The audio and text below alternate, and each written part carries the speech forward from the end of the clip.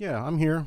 Hey all, it's about 8:05. So this is what I'm doing. I'm just up here chatting, playing some music, some screenshots and stuff, and I kind of wing it on a nightly basis as to what I'm going to talk about or not talk about, for that matter. I assume everybody can hear me. Um, hey Carl, hey Mark, nice to see you folks up here. Hope everybody's doing well. so um, yeah, I don't know. I just sort of got the last minute sort of bug up my ass to talk about the Monkees since the last couple of days I've been talking about um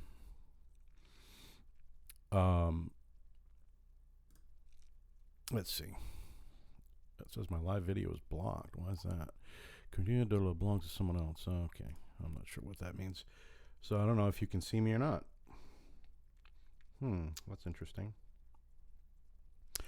Let me know if you can still see me, because apparently I got quickly blocked for playing something that wasn't mine, for the love of God.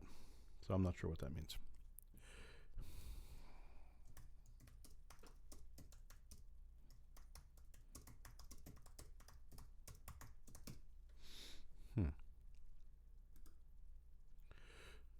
So I'm not sure.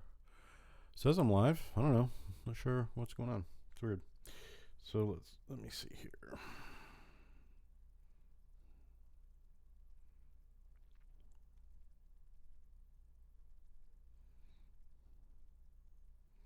Hmm.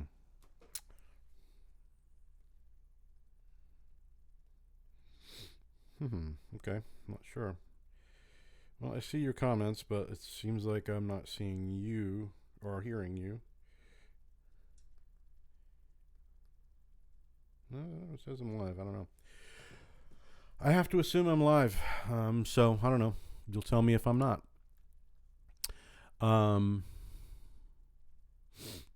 Let's see.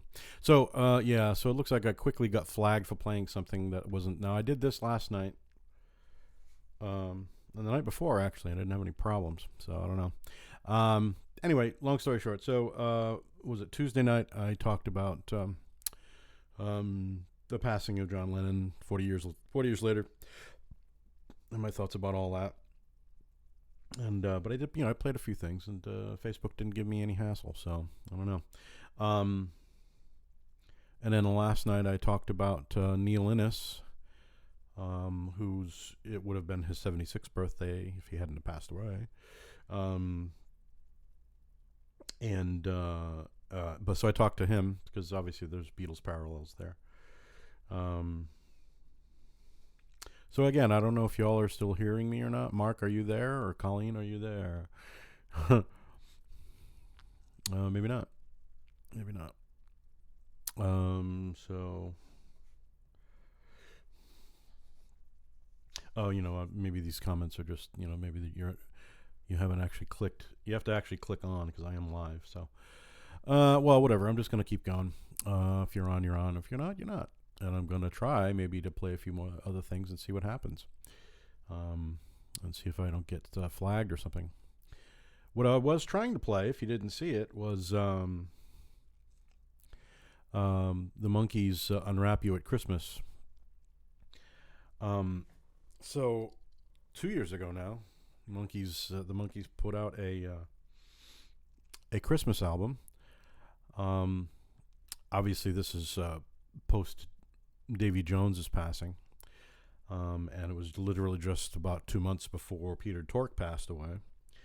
But they're all represented on the record. There's a few omissions I probably would have put on there, etc. But I can make my own mix. It's mostly Mickey singing a bunch of things, but, like "Unwrap You at Christmas" was written by Andy Partridge of XTC, who had also written a couple of songs for their last regular album called Good Times. So, Andy Partridge is now jobbed out as a Monkees songwriter. And I think it works really well. Mickey Dolenz certainly sings the songs with the gusto he always did, and sounds like Mickey Dolenz, It sounds like he always did. So I don't know. For me, it's a Monkees record, So, and for those of you that know me or have known me over these many years, knows that I'm a very large Monkees fan. As it says in the title there, the Monkees loom large in my legend, and that's a fact for sure. I, you know, when I was now these stories are apocryphal because I don't remember them necessarily, but in the original run of the Monkees, my sister was a Monkees fan, so she would watch. I think much to my father's chagrin, if he was around at all. But me being in diapers, because I would have been, I would have been 2 and 3 years old, pretty much. Was watching them in the original run, but I would jump up and down in my diapers and get hyped up, and clearly it seeped into my brain cavity. I have original memory of watching their 33 and a third special in '69, April of '69. I have pictures of myself playing with the singles, 45s, and records and stuff. And long story short, it's been a long haul with the Monkees and me. They were the first music I remember, or that I have a memory of. And, that's not anything to sneeze at, especially if you're a musician. And I think someone like Andy Partridge would bear that out. Now, obviously, he's older than me, so he was a teenager when they came out, so his memories are probably a lot sharper. When they came over to England, when the show came over to England, we're starting the show there. But they were a big influence on his music, and you can hear it. So it's kind of a nice irony and a lovely bookend that he's writing for the Monkees now. But again, for me, it was all Monkees all the time. I don't think I really listened to much else. There was a little bit of Paul Revere and the Raiders, definitely some Beatles, and that's about it. I heard bits and pieces of things that my mother would play or whatever, my father wasn't around, so. At the time, my sister was married very young to somebody who, was into the music of the time. So I heard a few things through him that probably, assisted in my future musical, thoughts and ideas, but they didn't take hold until much later. So pretty much throughout most of my 70s, through up until at least about 77, that's most of what I had was the Monkees, and solo wise, like say Mike Nesmith as well.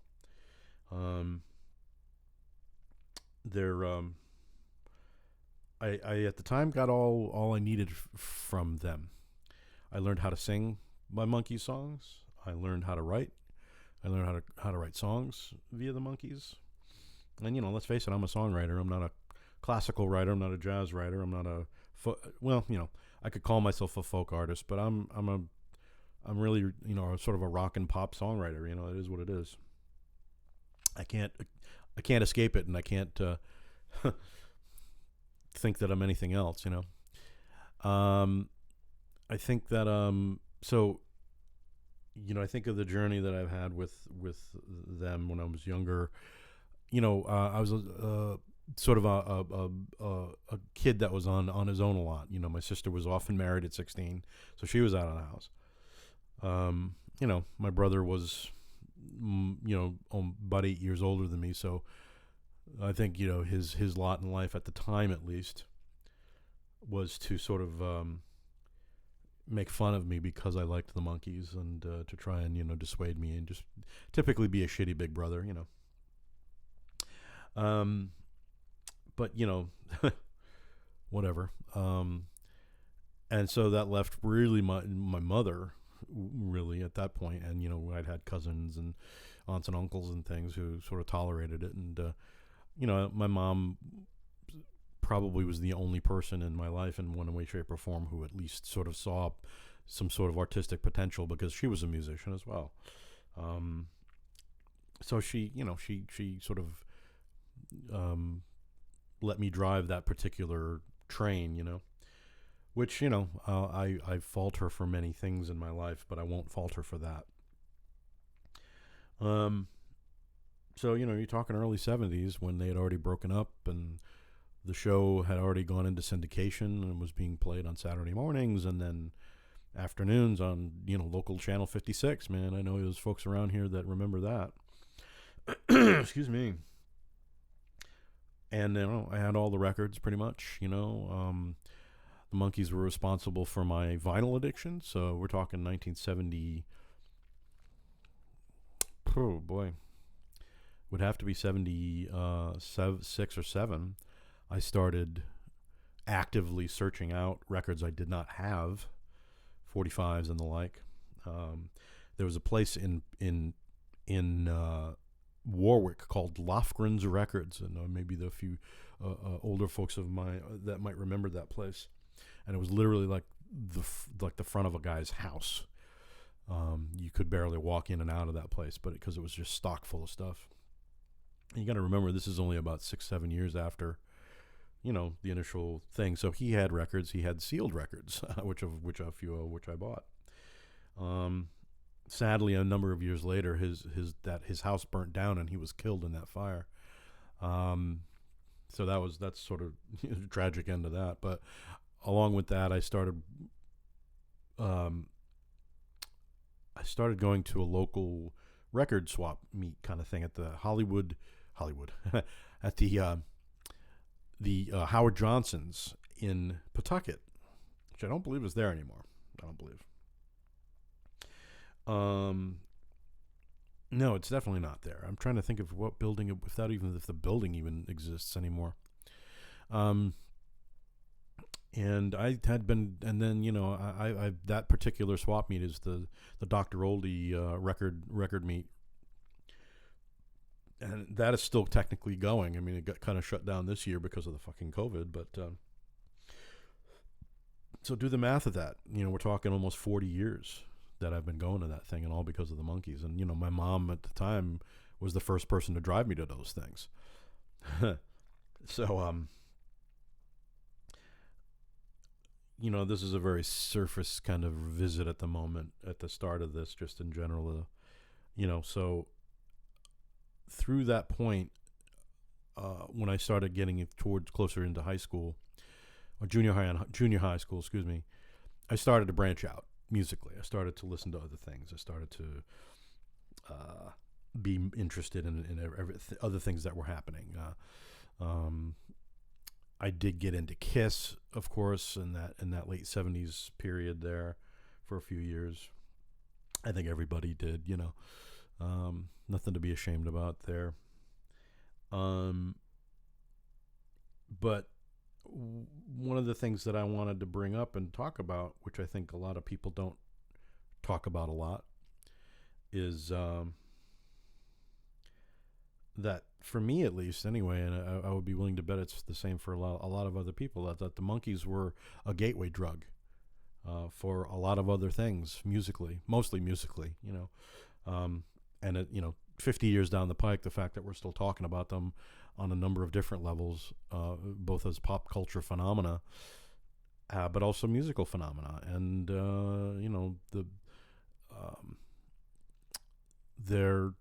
they've become part of the firmament now, and they're no longer derided, they're no longer reviled, they're no longer sort of raised eyebrowed. They are the Monkees, second to none, only to the Beatles, and they would gladly take that mantle, as far as the pop culture kinds of thing, and it took a while for that to happen, of course, but I think that goes towards the rabid fans that saw something else going on, right?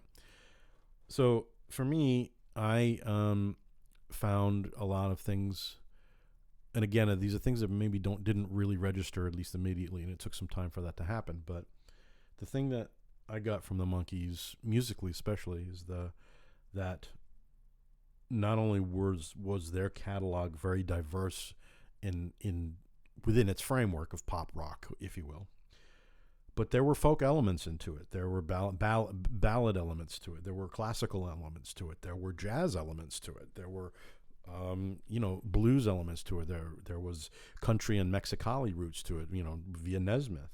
There were, toward the later years when there was of things that they did and things that ended up not being released for a while, prog rock,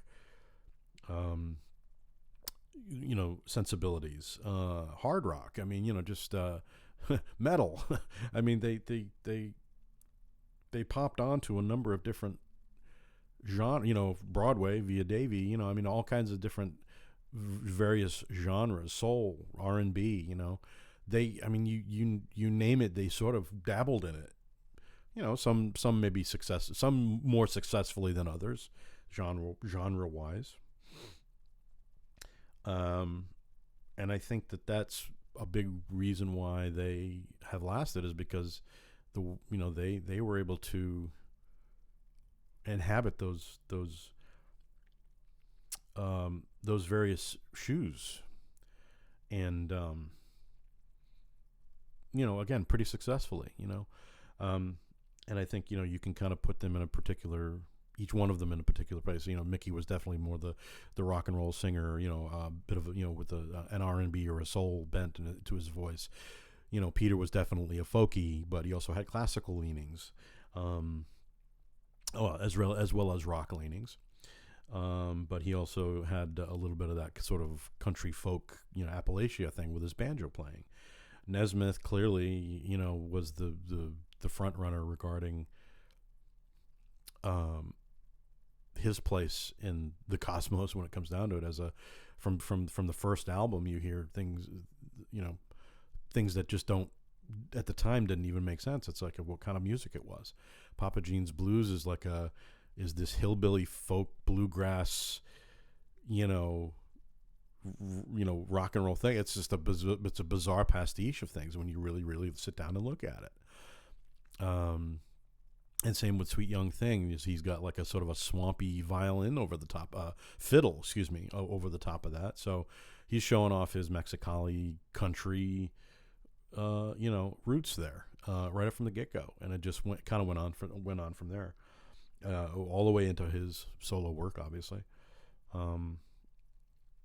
and then Davy, Davy was sort of, he was the balladeer, he was more the face of the thing, but he did bring a Broadway type of sensibility, kind of that entertainer-y, Sammy Davis Jr. type of entertainer type of energy to the thing.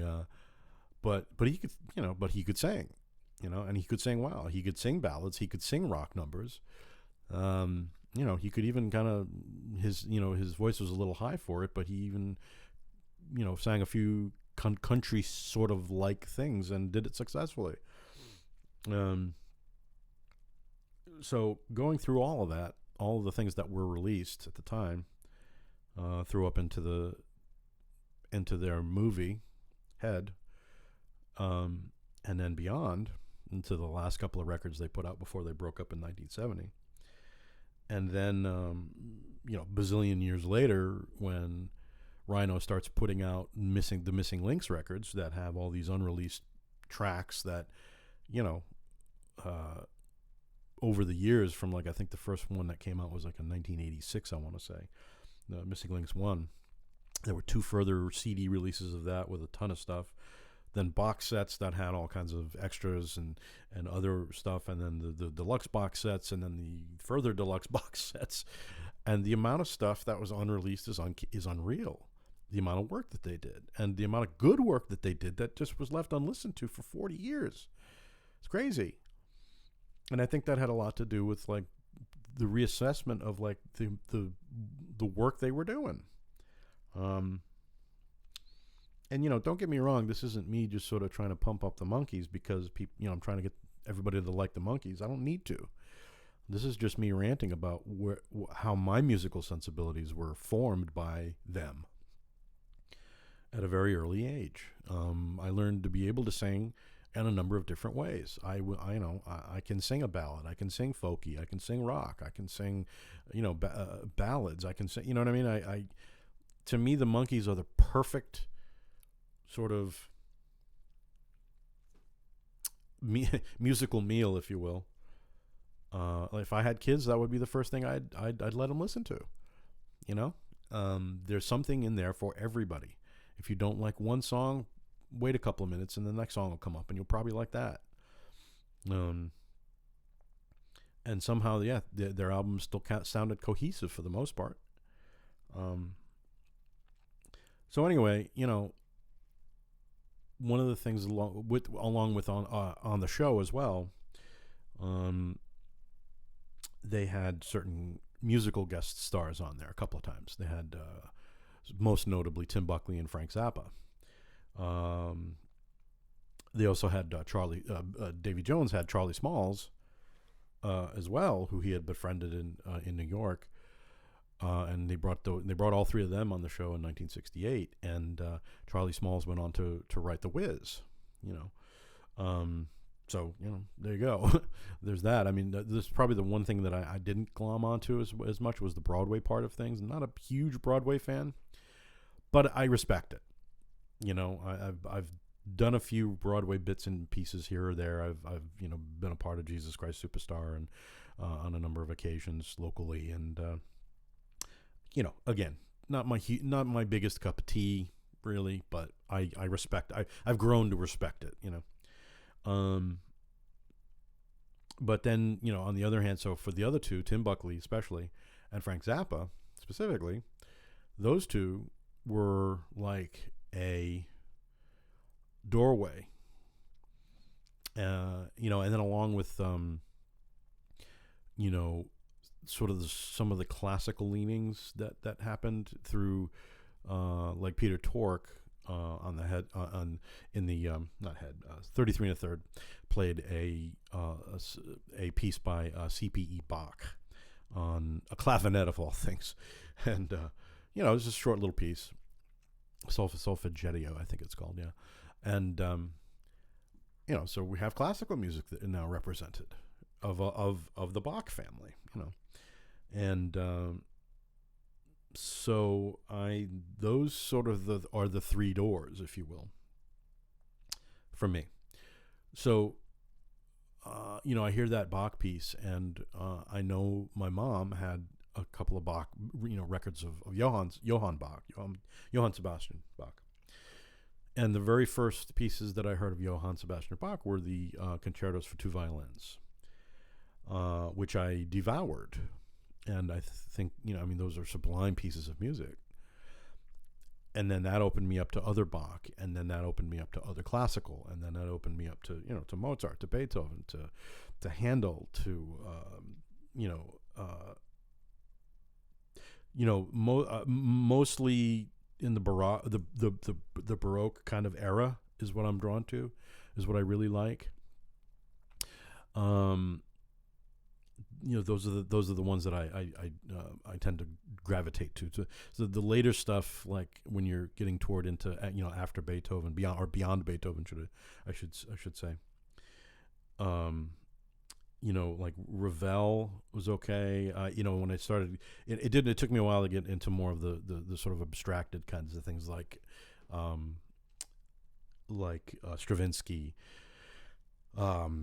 You know, that kind of more, well, I hasten to, don't want to call it avant-garde for sure, but, you know, that sort of later period of classical music that changed all the rules. But, you know, there you go. There's the journey, right? So I know the journey from point A to where I'm at now. Now, those other doors that were opened for me, Tim Buckley, who in the 60s was his own entity, obviously, and a strong one, and especially because of his voice. So anything that I could get from Tim Buckley, I would. And anybody who knows Tim Buckley knows that he's not an easy thing to listen to when you're eight years old. You know, the one song that he played on the Monkees, Song to the Siren, is a very, you know, lovely sort of wistful, melancholy, dare I say depressing kind of song. But it's easy to digest, especially just him and a 12-string guitar with that voice of his, you know, very haunting thing. So I always had a cassette of that. I had that on cassette somewhere, just like taped from the TV for years before it was finally available, on VHS or whatever, So, I collected all of his stuff. And if you go through Tim Buckley's catalog, again, his first, couple of records are very kind of, I don't want to say jangly folk, but, it's definitely folk rock, And then his third record was more folk jazz, where he's starting to pay homage to like Miles Davis and stuff like that, within the scope of his voice, a 12-string acoustic guitar, an upright bass, and congas. So that's an interesting thing. And then the fourth album and fifth album, he starts going further and further into that, where his music is less folky and more jazzy, especially the Lorca record. And then you get into Star Sailor, which is a whole other, a whole other world of, avant-garde folk, where a different version of Song to the Siren was used on that record. And then he went into sort of and then after that, a very kind of strange R&B thing, and then he dies. So a short career for him. But I branched off from Tim Buckley, obviously, to other folk artists and other, I guess you would call singer-songwriter types of artists, right? And then you have Frank Zappa. So Zappa was on the show and in the movie, but specifically the show as a foil to Mike Nesmith, and they're dressed as each other. And again, you have to remember this is 1968 when this episode was. It was 7:30 at night on a Monday night, and this started the show. This was the open for the show. It had nothing to do with the plot line of the show at the thing. It was just this thing that was put in, and it's Mike Nesmith and Frank Zappa dressed as each other on the set of the show, talking about each other's music, but in an ironic way, right? And it's hilarious. I mean, it's absolutely hysterical, and it still is. And they do a very small snippet of, at the time, of a song called "Mother People," and I didn't know what it was for years and years and years, until I realized it's like, oh, this is on Mothers of Invention record. We're only in it for the money. It's like, oh, okay, cool. So then I heard that record, and We're Only in It for the Money. For those who haven't heard that record, should probably hear it. As a send up to Sgt. Pepper's Lonely Hearts Club Band, mostly just in its framework. That's Zappa and the Mothers in full flower right there. And then I was off, not only collecting everything I could from Zappa, but and all the various places he went, classical, avant classical, obviously, and then the harder rock things, and then the sort of jazzier rock things in the 70s. And then branched off from there again. So from there I started to hear more jazz rocky things. I started to kind of dip my toe a little bit. So I heard Chicago and BST, and then I started to hear things like Mahavishnu, and then I started to hear Pat Metheny, and then other jazz rock artists, and then started to listen to more trad jazz, like Miles Davis, and then Thelonious Monk. And for me, Thelonious Monk is, for me, the pinnacle of jazz. Now that's just me. I know not everybody. It's not everybody's cup of tea. But to me, that's the stuff I get off on. Is Monk for sure. Coltrane to an extent, for sure. Again, Miles Davis. I'll be honest. I have my I'm on the fence about Miles, and it's a failing of mine. I feel it is a failing of mine, because most others, see in him what I haven't seen yet. So I feel like that's a bit of a failure, but that's just me. So if you're going through then, like say into Mike Nesmith's solo stuff. So his earlier stuff, obviously my first solo record of his was Loose Salute, which is the second part of the trilogy of records, Magnetic South, Loose Salute, and Nevada Fighter. that were all put out pretty much within the same space within a year of I believe it was 70 or 71, I forget. And that's it was like psychedelic country rock that no one was doing, and the Byrds weren't doing it that way at the time. I mean, I found this out later. The Flying Burritos were doing something similar, but and unfortunately Mike had to kind of suffer the slings and arrows of people just sort of writing him off as just an ex-Monkee trying to cash in, and that was far from the truth, considering how long of a career he had.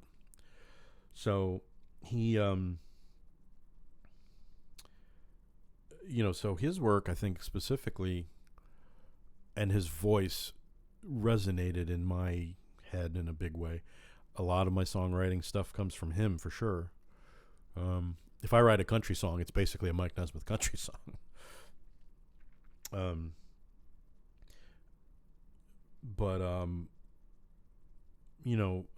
Same thing. I just started hearing other things that I knew that he had been influenced by. Things more like more things like more of the sort of initial flourishes of rock and roll in the 50s.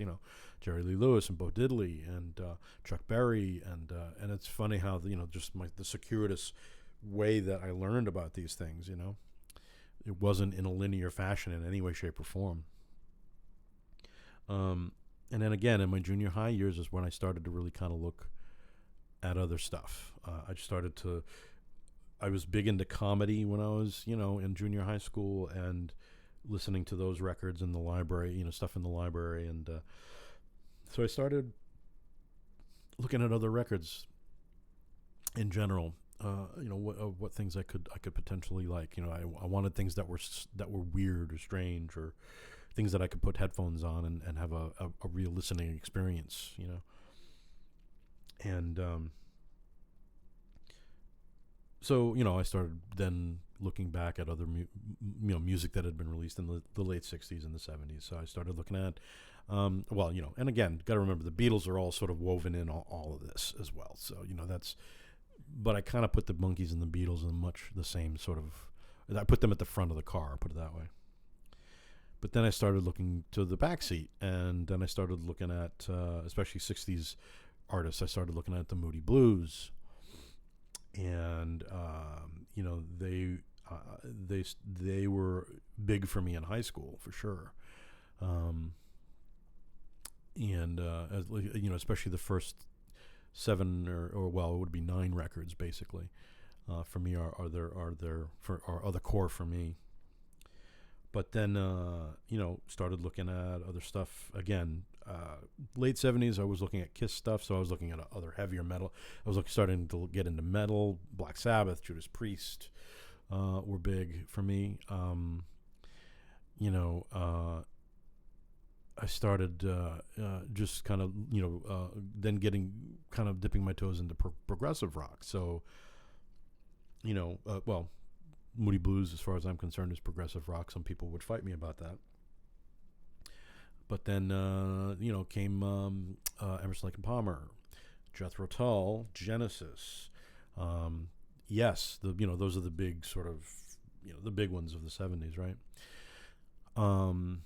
Eventually King Crimson, even though I really only got into the first album of King Crimson for the longest time. It was only really recently that I delved into the rest of the Crimson catalog, which is kind of odd, but there you go.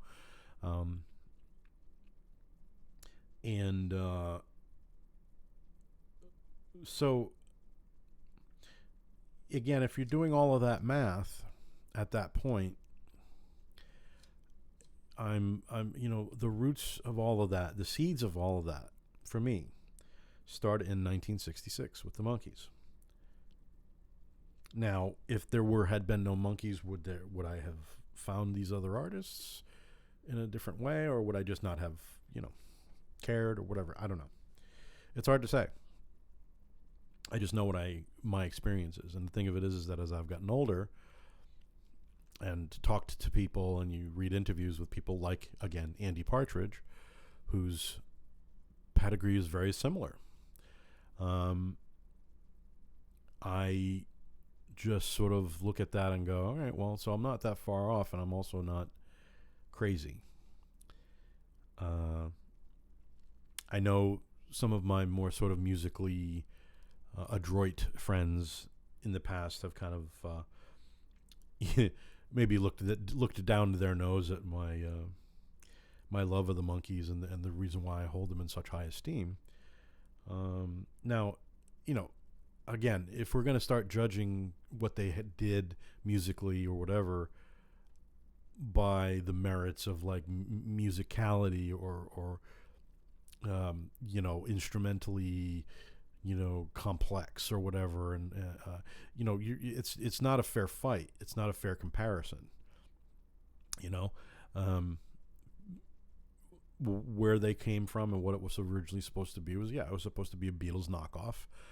But the monster took on a life of its own, and 50 years later, we're talking about that monster.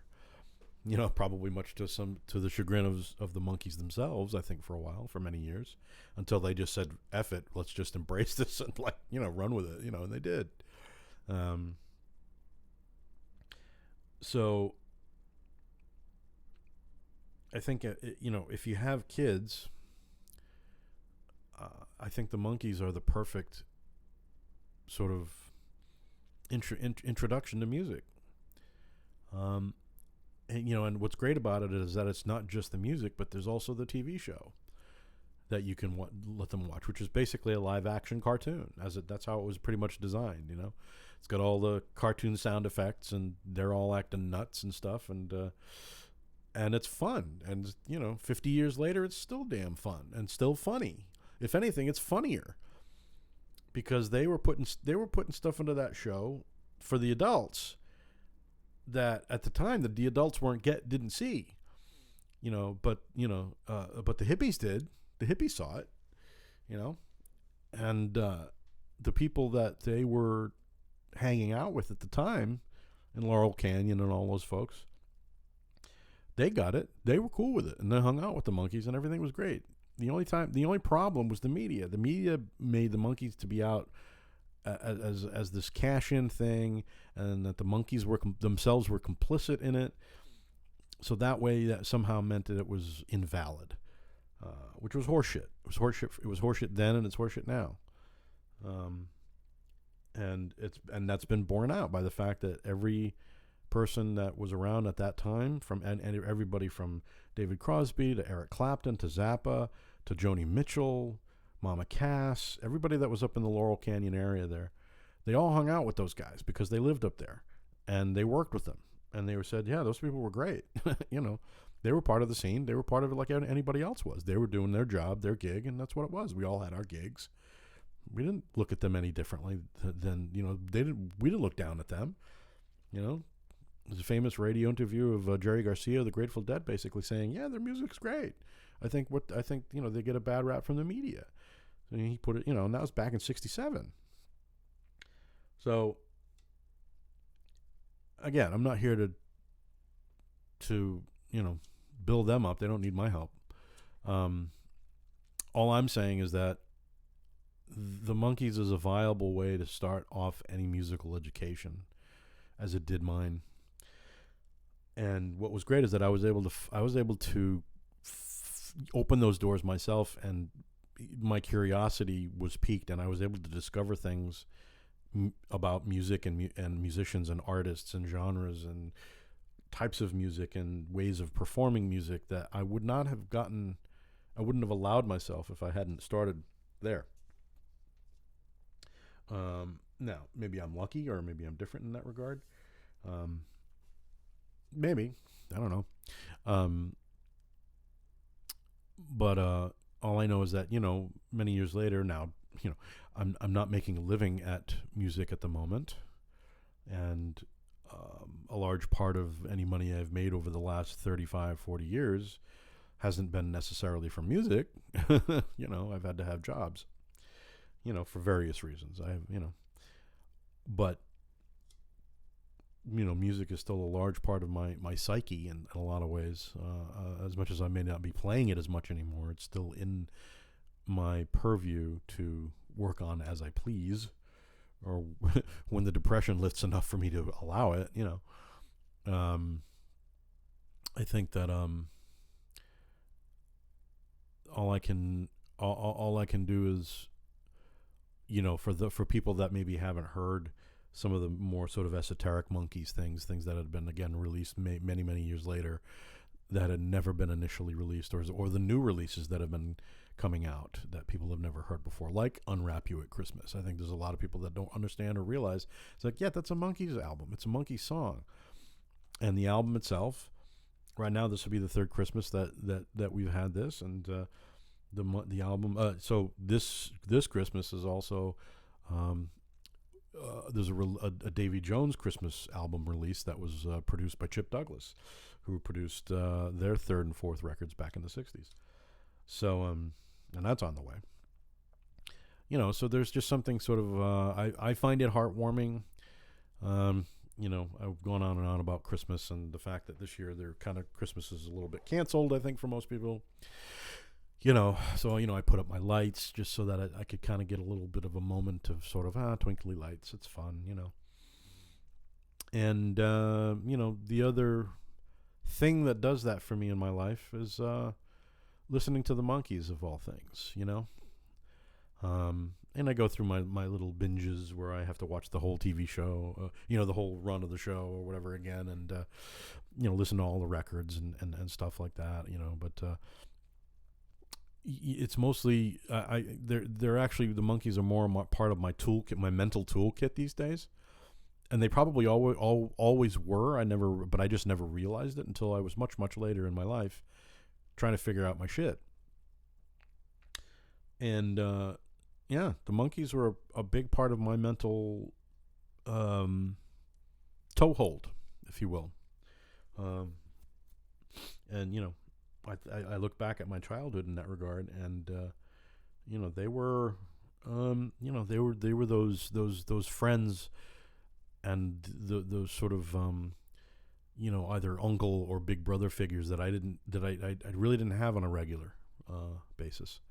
And they were, and in the show they were perpetually young, and adventurous and curious, and frivolous and pesky and all that kind of shit as they were portrayed in the show. So for a 10-year-old, that's a pretty attractive thing, especially when you're on your own. You're coming home from school every day. There's pretty much nobody in the house. So what do? You turn on the television because the Monkees are going to be on at 3:30 or whatever the fuck it was. And even though I had seen the episodes a bazillion times, and I could probably voice every single one of them, to you by heart at this juncture,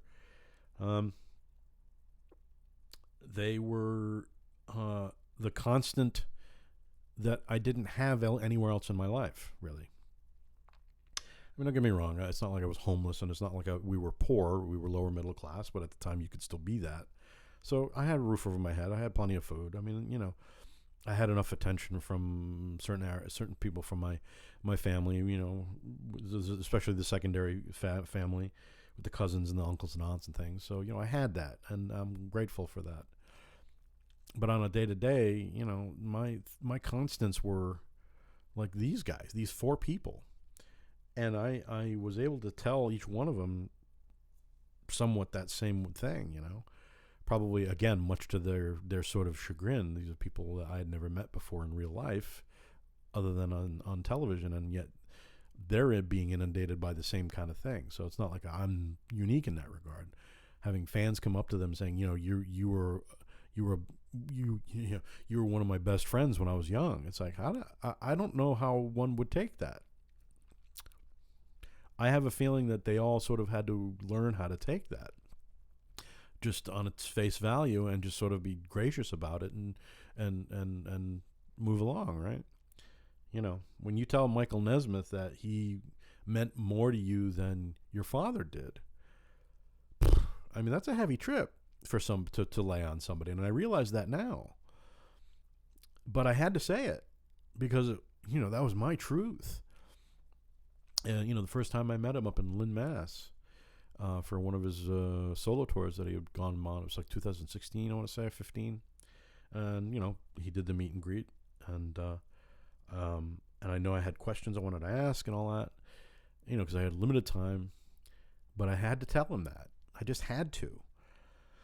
I think maybe I'm a little bit embarrassed about it now, but and I might have even. I mean, this is only 4 years ago, but I might have at this point would be even sort of like, oh, okay, I don't want to. I shouldn't be laying that on someone like that. I mean, he's just a dude. He's just a human being. To lay something that heavy on someone who's never met me before is pretty. It might as well have been being. It's like, oh, I'm your long lost son. Give me a hug, right? He took it well. I didn't.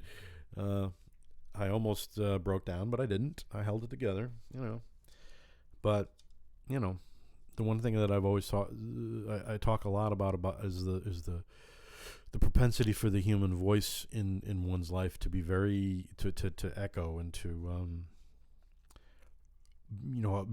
be a part of that constant, if you will. So for me, like especially Nesmith's voice, but all of their voices, and every one of them have a very, very distinctive voice. Same thing with the Beatles; they all have very distinctive cadences to their speech and all that. Same with the Firesign Theater.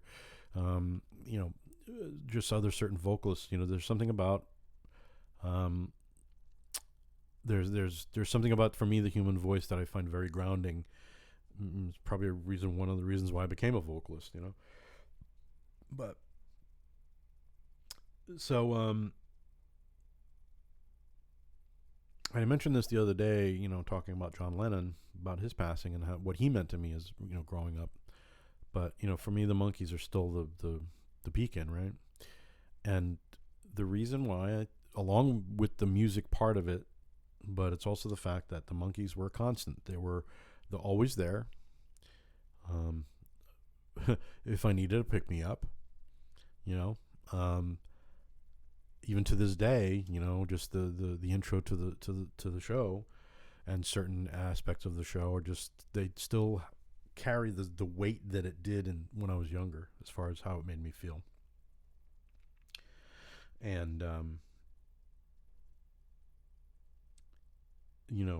it came down to the fact that they were just there. They were constant, and they didn't disappoint me. And again, one doesn't seek that from entertainment, really, on that deeper level. But I think that the Monkees, that early 70s into the late 70s period, for a lot of people my age, were potentially all in the same kinds of, not the best households, maybe. I'm sure some probably worse than mine, But the one thing that people had was to tune in on that UHF station, that fuzzy UHF station that didn't look so good when you had the antennas and the tinfoil and all that shit. For that 3:30 showing of another Monkees episode, and that was every, Monday through Friday, every day, every week, and they would just show them over and over and over and over again,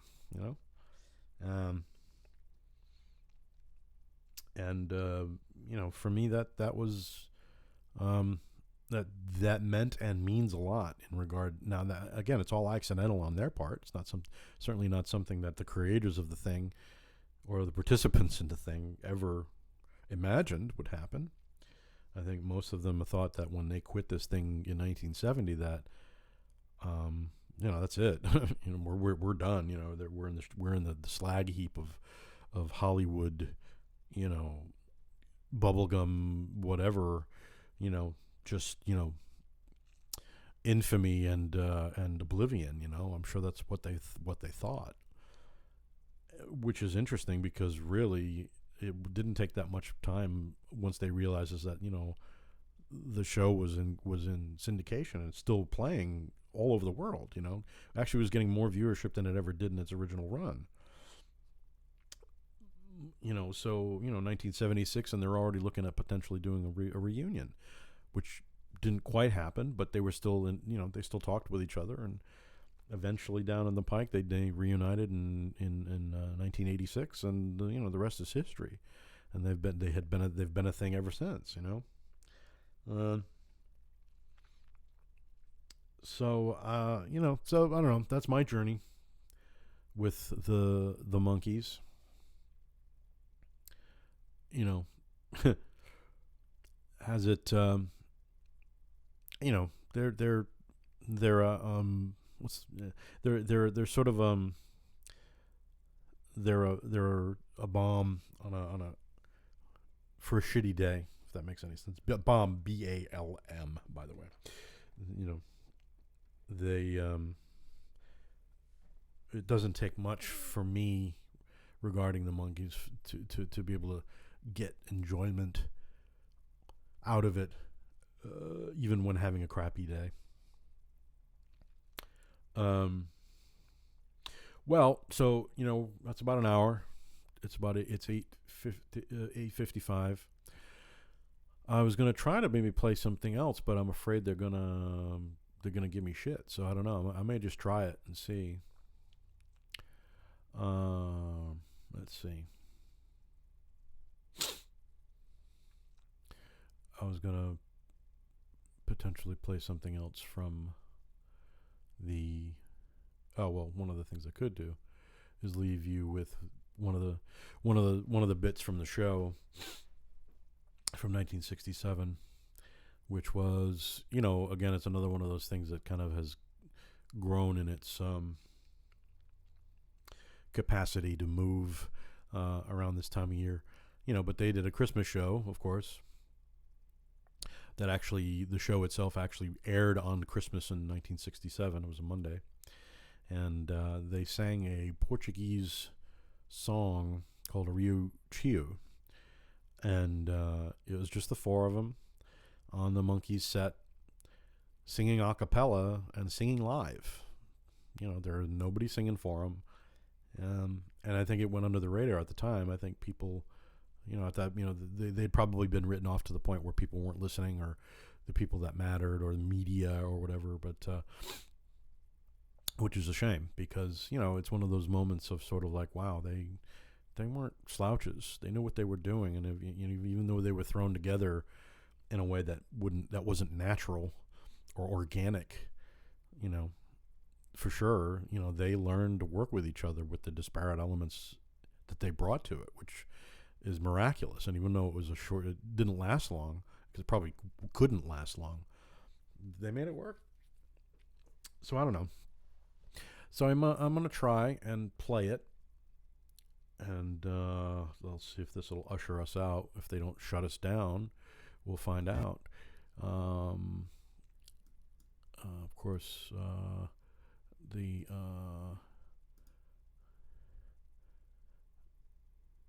of course, there's ads and stuff. So trying to get rid of get the ad thing going first. All right, so I'm going to leave everybody tonight. A couple of people commented and said, hey, but pretty much other than that, it's just me talking to myself as usual, I guess. So that's fine. I recorded it, and I'll probably put it up on YouTube later, so people can watch it later if they want, and that's fine. And I'll probably be here tomorrow talking about whatever to myself. Same thing. I'm potentially thinking of doing a Christmas Eve show, if I can make this work without trouble, without problems. If I can play stuff from YouTube without there being an issue, watch party, whatever. We'll have to see. So I don't know. We'll see. I'm going to play this and see if it doesn't shut me down, and we'll kind of go from there. But anyway, that's it for me. I'm going to leave off with this and say goodnight, and I'll see you tomorrow. Let's see.